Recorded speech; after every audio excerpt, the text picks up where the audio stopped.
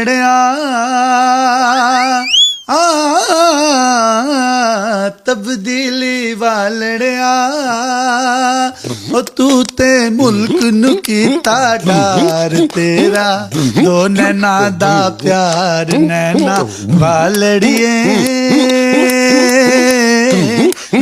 गल भुल्ली ना तब्दीली वालड़िया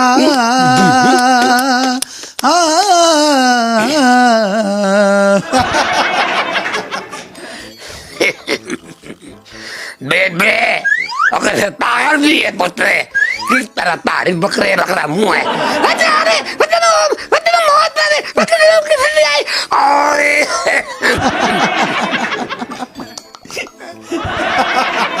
चाचा होली बोलो मुंडिया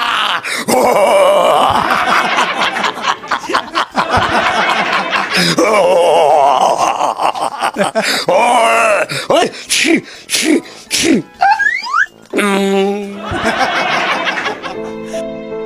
ਹੱਸਦੇ ਚਿਹਰਿਆਂ ਦਾ ਮਤਲਬ ਇਹ ਨਹੀਂ ਹੁੰਦਾ ਕਿ ਉਹਨਾਂ ਨੂੰ ਕੋਈ ਤਕਲੀਫ ਨਹੀਂ ਹੁੰਦੀ ਬਲਕਿ ਇਹਦਾ ਮਤਲਬ ਇਹ ਹੁੰਦਾ ਹੈ कि उन्होंने तकलीफा नाल डील करना होता है। अस्सलाम वालेकुम जी, डेली पाकिस्तान के पॉडकास्ट के साथ यासर शामी आपके खिदमत में हाजिर है। आज स्क्रीन की दूसरी विंडो में जो आप शख्सियत देख रहे हैं, इनकी उम्र 80 साल है। इनका नाम गुलाम अब्बास है और लोग इनको चमकीला चमकीला कहते हैं। इस शख्स ने शादी नहीं की। नाइब कासिद के तौर पर, जिसको दूसरे लफ्जों में एक बड़े तज़हीक आमेज जो एक वर्ड है जो आम तौर पर इनके लिए इस्तेमाल होता है, उनको चपड़ासी कहा जाता है। तो ये टाउन हॉल जो कि माल रोड पर वाक़ है, वहाँ काम करते हैं। इनके 3 भाई हैं। एक छोटा भाई है, उसकी शुगर की वजह से टांग कट गई है। उन्होंने भी शादी नहीं की। उसकी उम्र भी तकरीबन 70-75 साल है। इनकी अपनी उम्र 80 साल है। इन्होंने खुद शादी नहीं की। इनका एक और उससे भी छोटा भाई है, तीसरा, उसकी उम्र भी तकरीबन कोई 72 या 73 साल है। उसने भी शादी नहीं की। इनके एक सबसे बड़े भाई हैं, उन्होंने शादी की थी। उनके 3 बेटे और 1 बेटी हैं। बेटी की शादी हो गई है और ये अपनी भाभी, भाई और भतीजों के साथ रहते हैं। अस्सलाम वालेकुम चमकीला जी, कैसे हैं आप? आपकी दुआ चाहिए। क्या है आपकी स्टोरी? मैं चाहता हूँ आप अपनी जुबानी बताएं। मैंने शादी यूं नहीं की थी, आप तीनों भाइयों ने नहीं की थी कि हमारी अम्मी हो गई ना, बहुत हो गई। अब उसके बाद फिर अब्बू भी बहुत हो गए। मैं सारी रात अपना अस्पताल में रहता था, जमीन में सोता था। जब माँ बाप फिरते हों तो शेरे के फूल भी खिलते हैं, और जब माँ बाप ना हो तो फिर शेरे के फूल भी मुरझा जाते हैं। कौन पूछने वाला था? फिर कोई नहीं पूछता। मैंने सारी जिंदगी अपनी गुजार दी है। जब मैं लंदन गया था तो मेरी माँ शुगर की मरीज थी और अस्पताल में दाखिल किया। उस वक्त मुझे उन्होंने फोन किया कि उनकी तबीयत बहुत खराब है। मैं सीधा लंदन से लाहौर आ गया। उसी वक्त लाहौर पहुंचा वहाँ से, सारा काम छोड़ के।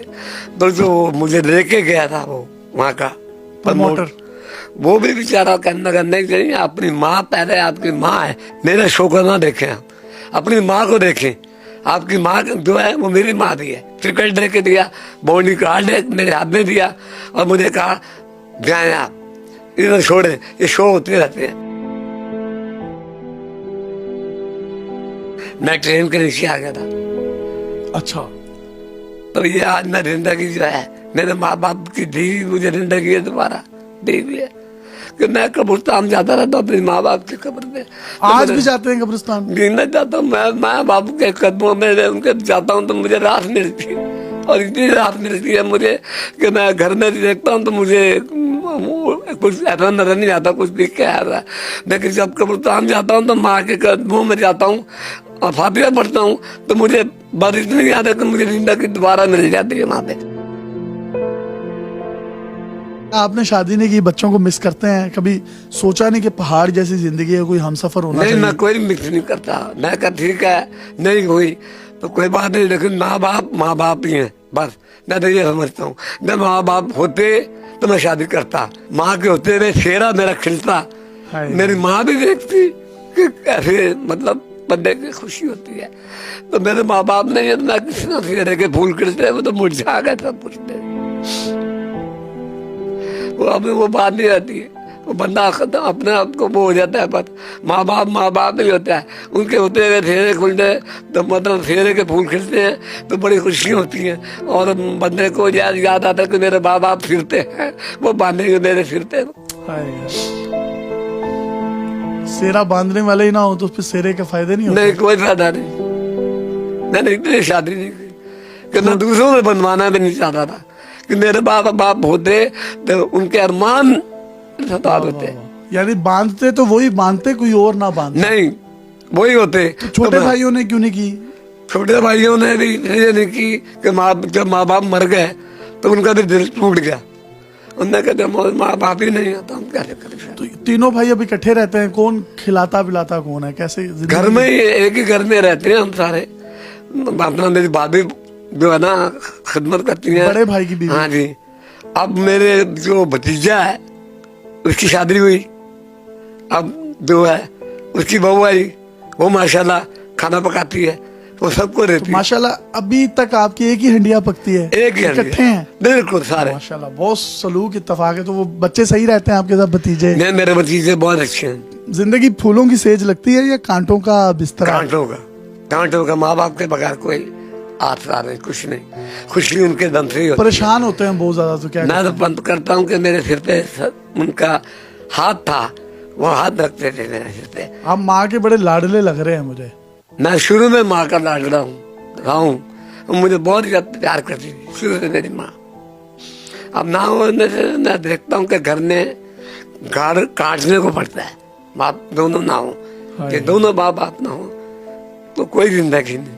कभी भी घर में कोई किस्म की बीमारी हो जाती है या तबीयत खराब होती है तो मैं डॉक्टर को नहीं देखता, मैं फिर कब्रिस्तान का रुख करता हूँ। वहाँ पर अगरबत्तियाँ वगैरह जलाता हूँ, अगरबत्तियाँ वगैरह मोमबत्तियाँ, और दुआ करता हूँ। तो मुझे ये देखे कि माँ बाप के कदमों में जाके फिर दोबारा ये पैरों में ऐसे जैसे मुझे दोबारा वो आ गई।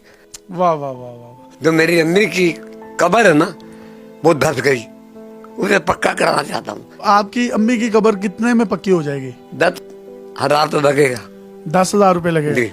चलें, 10,000 रुपए आपको मैं दूंगा, मेहरबानी। मैं अपने इदारे की तरफ से। मेहरबानी। आप अपनी माँ जी की जो कब्र है वो पक्की करवाएं। मेहरबानी। ये मेरा आपके साथ वादा हो गया। आपने इनकी गुफ्तगू सुनी और यकीन करें जो आज की नस्ल है और ख़ास तौर पर हम जैसे जो यंगस्टर्स हैं, बहुत से लोग ऐसे हैं जो अपने वालिदैन की नाफरमानी कर देते हैं। और अल्लाह अपनी किताब में फरमा रहा है कि जब वो बुढ़ापे को पहुंचे तो उनको उफ ना करें। और इनका ये कहना है कि माँ बाप की दुआएं मरने के बाद भी आपका पीछा करती हैं और आपको जो है एक ठंडी एक छाँव का एहसास देती हैं। ये इस वक्त 80 साल के हैं, जिंदा दिल आदमी हैं, शादी नहीं की कि जी माँ ही नहीं थी, बाप ही नहीं था, सेरा कौन बांधता, किसी और से बंधवाना भी नहीं चाहा, किसी को इस काबिल भी नहीं समझा। इनका एक मैसेज है कि जो आपके अपने खूनी माँ बाप आपके लिए करते हैं वो कोई भी नहीं कर सकता और उनका बहुत मुकाम है।